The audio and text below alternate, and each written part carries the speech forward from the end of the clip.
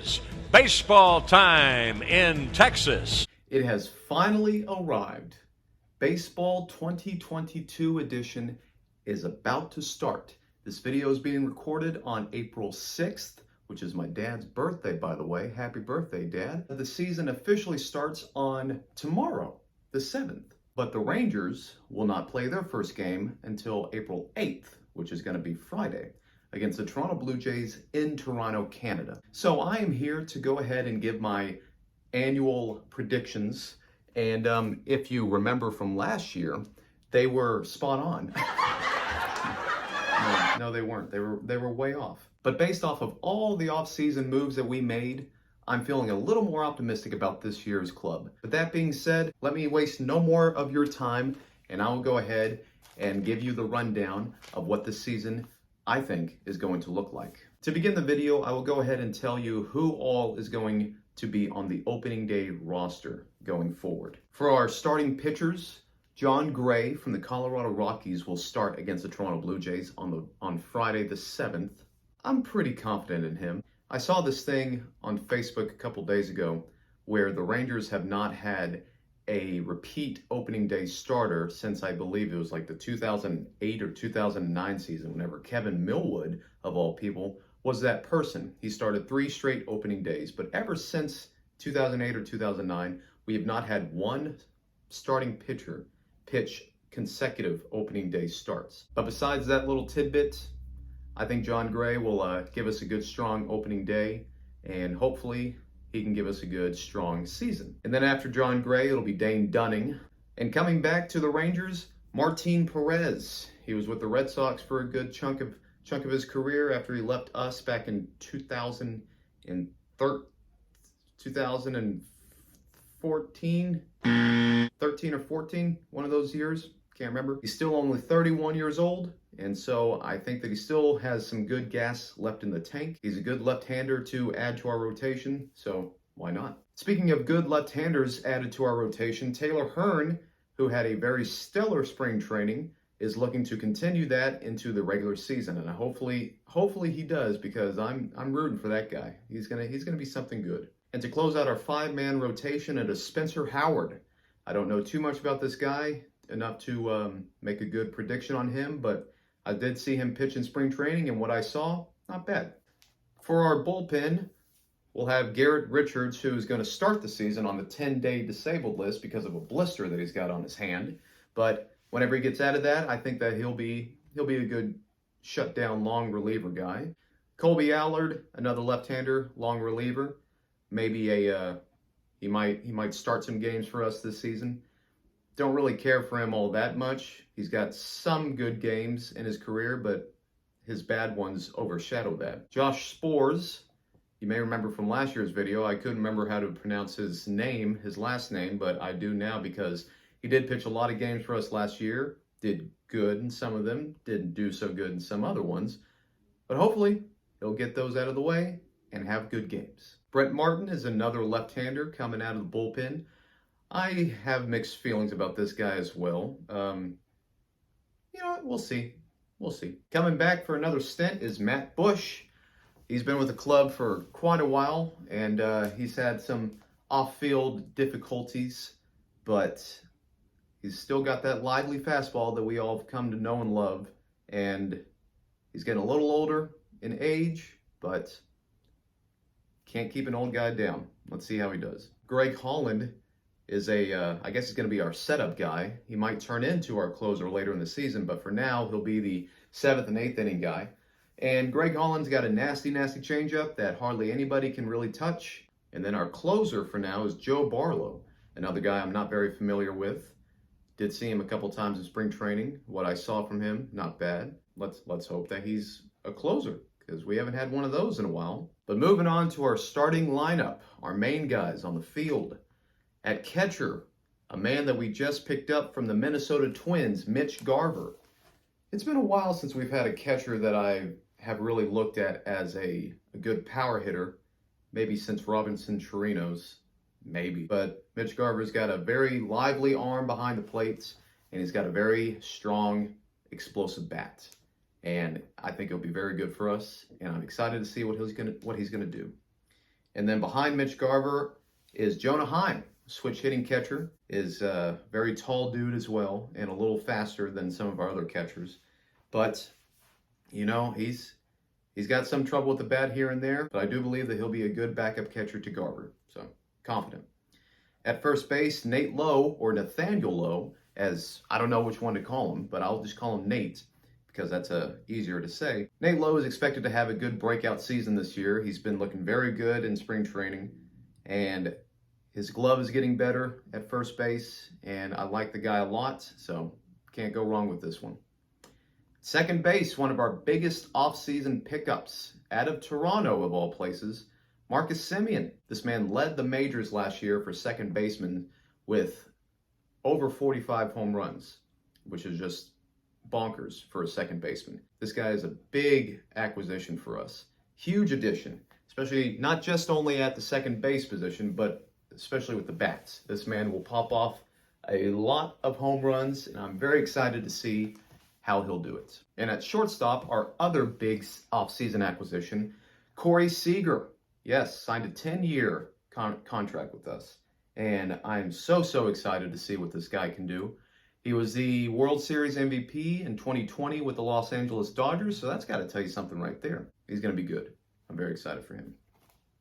At third base, Andy Ibanez. I saw him show off a little bit in spring training, so I'm excited about him. I am. I really like our infield. Our infield's looking good. And then for our outfield guys, another guy I'm very excited about, left fielder Brad Miller, coming out of Philadelphia. He's a utility guy. He can literally play anywhere except for catcher in the field, and it's good to have a utility guy.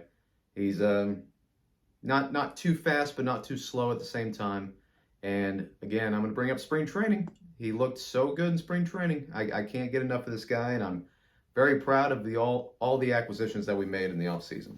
In center field, one of the guys I'm most excited about, Adolis Garcia. Can't say enough about this guy. Showed off last year and just made a name for himself, and he's going to make even a bigger name for himself this year. And I just cannot wait to see the power that this new Rangers lineup will broadcast. It's exciting. This is an exciting year. And then in right field, a pickup that a lot of people have mixed feelings about, but for me, it's a good one because I have really respected this guy's career when he was with the Angels, and then even when he was with the Diamondbacks the past 2 years. Cole Calhoun. I have seen this man in person and on TV make some of the most spectacular catches out in right field. This guy dives for the ball any chance he gets, and he's just amazing. He's got a great arm as well. He'll peg some guys at home plate with no problem, and that's what we need. We need more good, strong arms out in the outfield, and I think that we have found it in Cole Calhoun. You know what? I'm speaking so highly of his defensive highlights, and let me go ahead and show them to you real quick. Check this out. Little flare out to right field. Cole coming in, makes a nice play.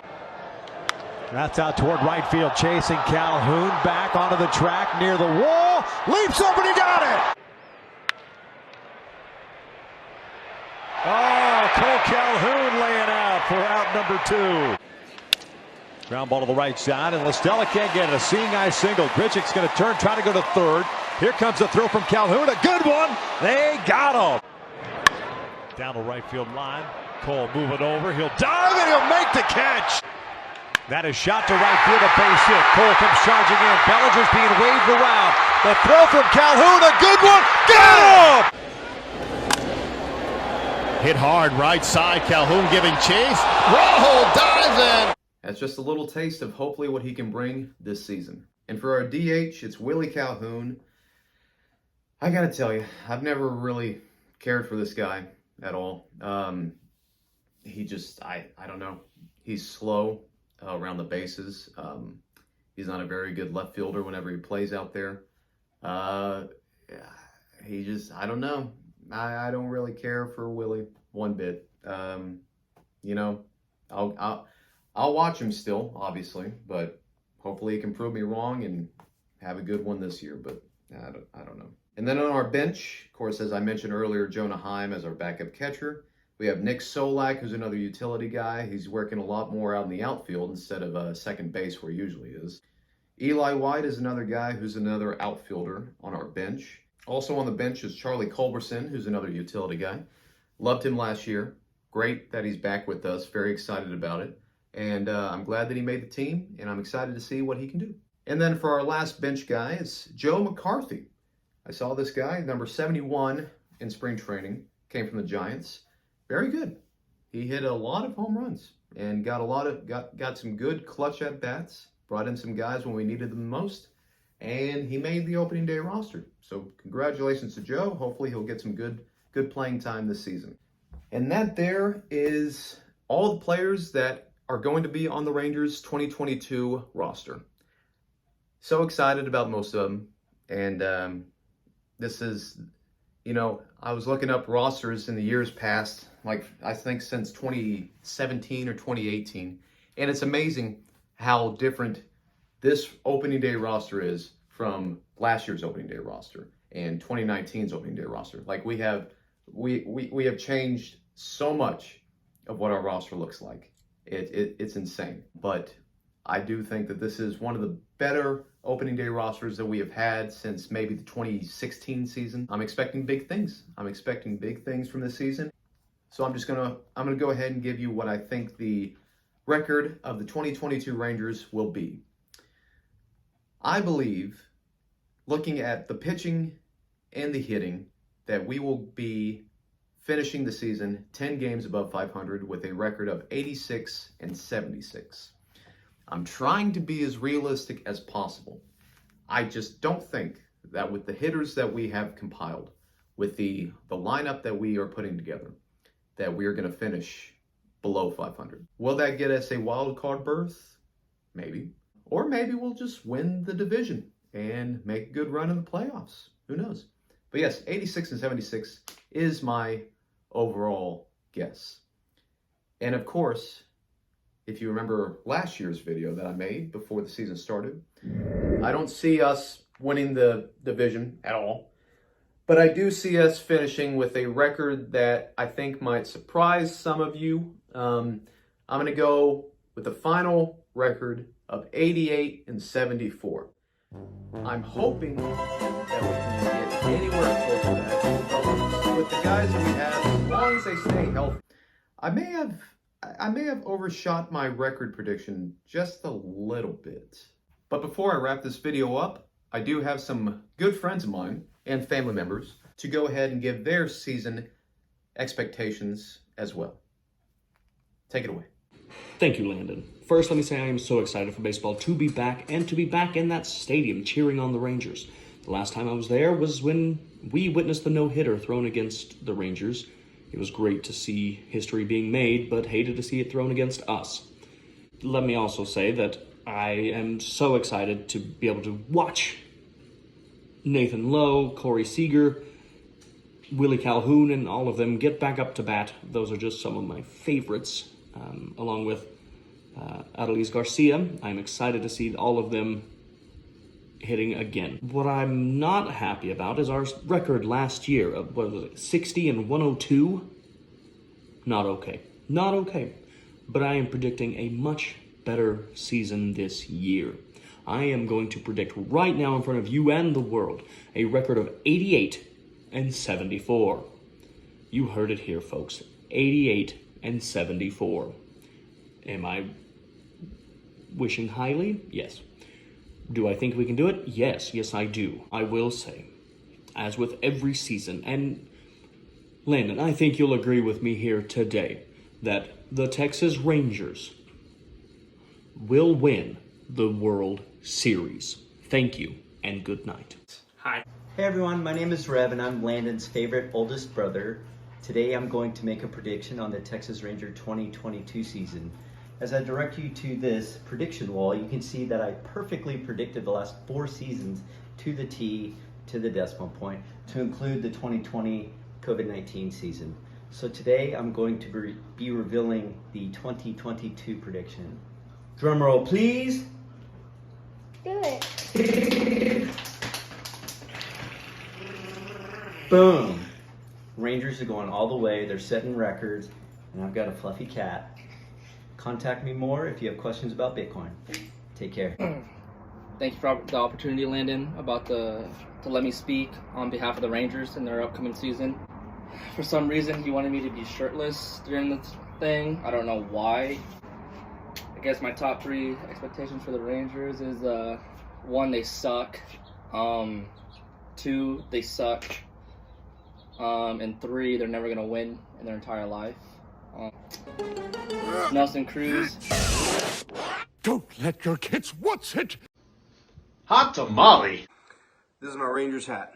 I want you to look at the condition of this Rangers hat. It's uneven, it's dirty, it's sweaty, it's gross, it's old, it's messed up, it's broken. And just like this Rangers hat, my heart for the Rangers is in the same sad state. I'm hurt, I'm frustrated, I'm broken, I'm in need of refurbishment, I'm in need of maybe even replacing, because for the last several seasons, my favorite MLB team has let me down time and time again. But just as this hat is gross and disgusting and heartbreaking, I still wear it because I'm ready to get hurt again. Let's go Rangers. Hey, Landon, thanks for having me on. You know, I'm a Cubby fan. I've been a Cubby fan my entire life, but this year's going to be really bad for them. So let's talk about the Rangers, okay? I like the Rangers. I'm from Texas. They're my favorite American League team, so I can talk about them. This year, I think, is going to be a good year. Better than last year for sure. Obviously increased the offense with the addition of Marcus Semien, the addition of Corey Seager. Both of those guys are going to be great. Last year, we got to see a lot of the good young people starting to come up. You know, Adolis Garcia came out of nowhere to become amazing. You got Nick Solak had a solid year. Eli White came on at the end of the year. Nate Lowe finally got a chance to play every day, and he became pretty solid. Those guys, they're going to be good. They're going to have some better years. I think what you're going to really see is Adolis is going to have a really good year because he's going to have that protection again with Semien and Seager that he didn't have once they traded off Gallo last year. So that's going to be, Adolis is going to have a good solid year. And this offense, they're going to score a ton of runs, which is a good thing because that pitching staff is horrible. I mean, that pitching staff is bad, bad, bad. When your number one starter has a career 4.59 ERA, it's scary. It's scary. And yeah, you can say, oh, he played in Colorado. He played at Rocky Stadium. But here's the thing. His career away from the Rockies Stadium is just as bad, if not worse, as when he was at the Rocky Stadium. So, you know, he's going to be mediocre at best, probably about another 4 to 4.25 ERA. Probably going to give up a lot of runs there in Texas. That's a hitter's part. It's already been proven. The rest of the starters, Taylor Hearn, okay, he may come on a little bit. You know, they're just waiting for Cole Winn and, of course, Jack Leiter. You know, they're just kind of holding the fort for this year until next year when those two guys, and hopefully some more, can move their way on up. The bullpen is not much better. I mean, if you're going in with a lead, it better be a big one. Otherwise, they're going to get a lot of innings playing mop-up duty for all the runs that were scored off of the starting pitchers. So they were bad. Who am I looking forward to the most this year? I'm looking for a big year from Willie Calhoun. That kid has got some power. He's going to be the DH. He's going to come on. He's said that he's not scared anymore of getting hit in the face. He took off that C-flap from when he got hit. He said it reminded him of getting hit, so he took that off. I'm hoping that kid's going to rake because you want to see somebody come back from a horrible injury like that and just be solid. So my prediction, they're going to score a lot of runs. They're going to give up a lot of runs. They're not going to make the playoffs. It's going to be a little bit short unless they have a really big first of the year and then do some trading for some actual pitching. But they still got to fight the Astros and they still got to fight the Angels. The Angels are going to be a lot better this year. Not too worried about the Mariners. Not too worried about the A's. So I'm going to say 79 wins, 83 losses with the possibility that if some pitching does come around, they could flip it and go 84-78 and possibly squeak into this new playoff system. So we'll see. Thanks, Landon. Let's go Rangers and let's go Cubbies, even though they're not going anywhere this year. I've never been more excited for a baseball season to start, especially since the lockout was a thing. But it's here. Can't complain about anything else. We have baseball coming up, and what else can you ask for as a baseball fan? You can't. There's nothing else to ask for. This is all we want. But thank you for watching, and as always, go Rangers.